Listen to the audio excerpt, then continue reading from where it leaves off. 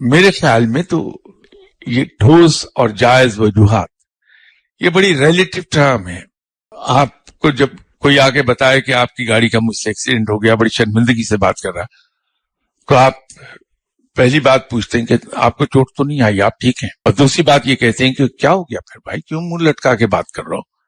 ये एक्सीडेंट मुझसे भी हो सकता था, तुमसे हो गया, इससे क्या हुआ? अब देखिए दोनों आदमियों का फर्क हो गया है।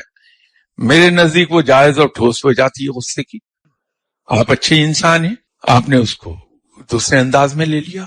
तो इस सेंस में मैं कह रहा हूं कि ये रिलेटिव टर्म है, ये मैन टू मैन वेरी कर जाएगी बात। अगर हम दूसरों की कोताहियों को उस पर रिएक्ट करने से पहले हम अपने आप से सवाल पूछ लें कि अगर ये मुझसे हो जाता तो मैं तो क्या करता दूसरे आदमी से।